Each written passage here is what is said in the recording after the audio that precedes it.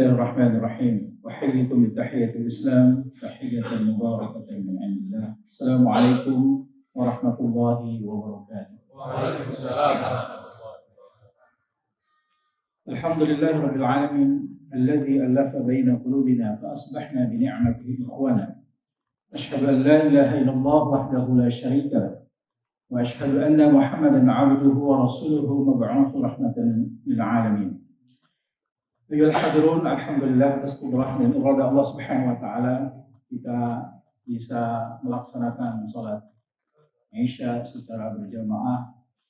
Mudah-mudahan ritme, semangat, kesehatan kita senantiasa Allah jaga sehingga pada akhirnya kita bisa menuntaskan dan melaksanakan kurikulum Ramadan yang insya Allah bagi mereka yang sudah 60 tahun 50 tahun kurang masa balik, berarti sudah sekian lama dia berpuasa. Harapannya adalah puasa tahun ini adalah puasa yang lebih baik, dan kita semoga berharap Allahumma ballighna Lailatul Qadar. Semoga Allah menyampaikan kita dengan nikmat Lailatul Qadar. Ayyuhal hadirun rahimani rahimakumullah. Ada sebuah hadis Nabi yang disabdakan oleh melalui sahabat Nabi bernama Abdurrahman bin Sakhar Ad-Dawsi yang sering kita kenal dengan Abu Hurairah radhiyallahu anhu. Hadis ini ada di dalam kitab Sahih Muslim, juga kitab Sahih Imam Bukhari, dan sepakat hadis ini adalah muttafaqun alaih. Hadis yang diriwayatkan dua imam tadi. Kama Rasulullah sallallahu alaihi wasallam, laisal ghina an kathratil arad.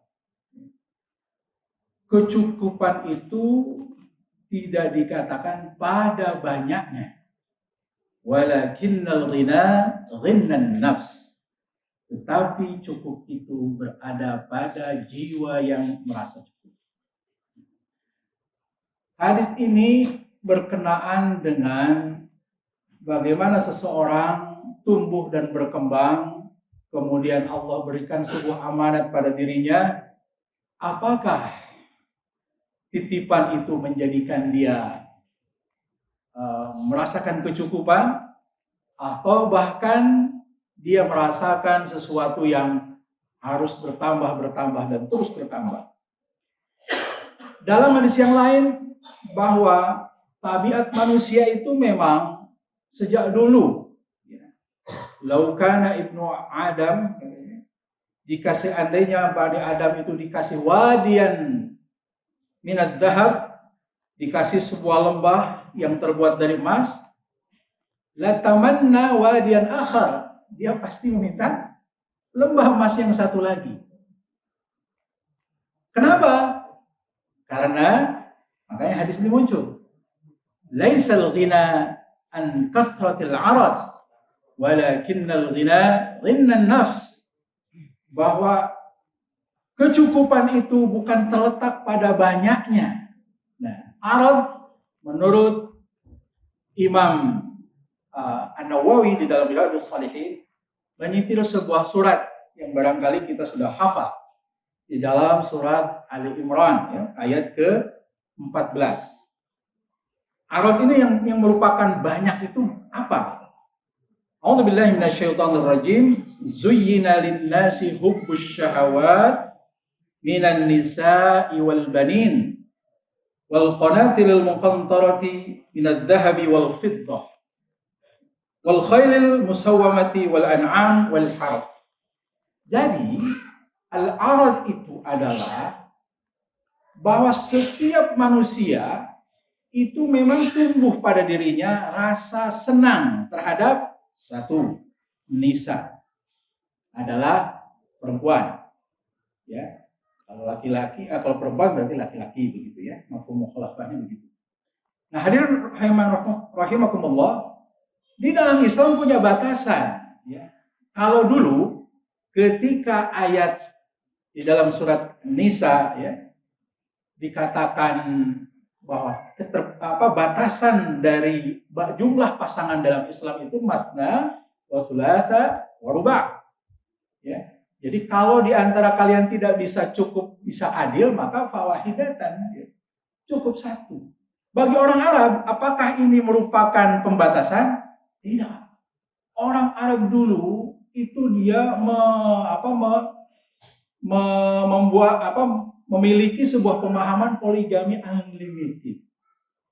Jadi kalau 4 itu nggak cukup, ya, orang Arab sebelum syariat itu turun.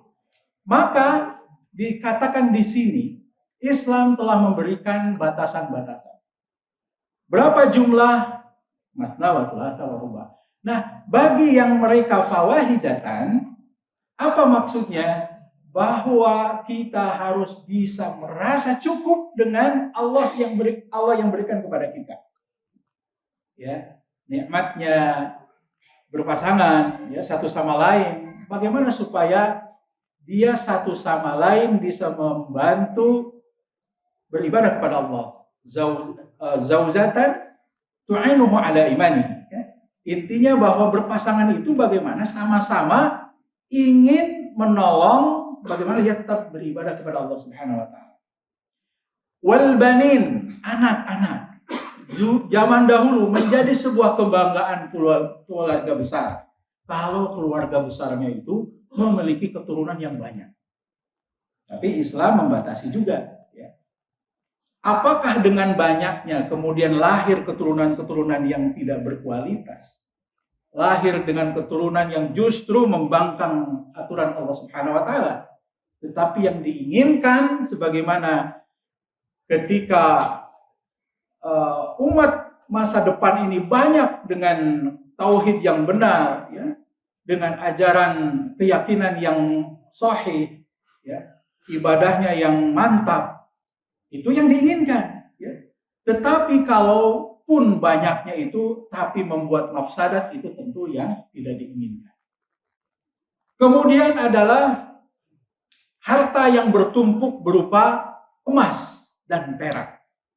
Nah, Bapak Ibu sekalian, sekarang ini sudah ya zamannya krisis, ya. Salah satu tandanya sekarang apa Bapak Ibu? Harga emas semakin naik. Berapa 1 gramnya? Hampir 3 juta, ya. 29 something lah begitu, ya. Banyak orang membeli logam mulia. Apa artinya?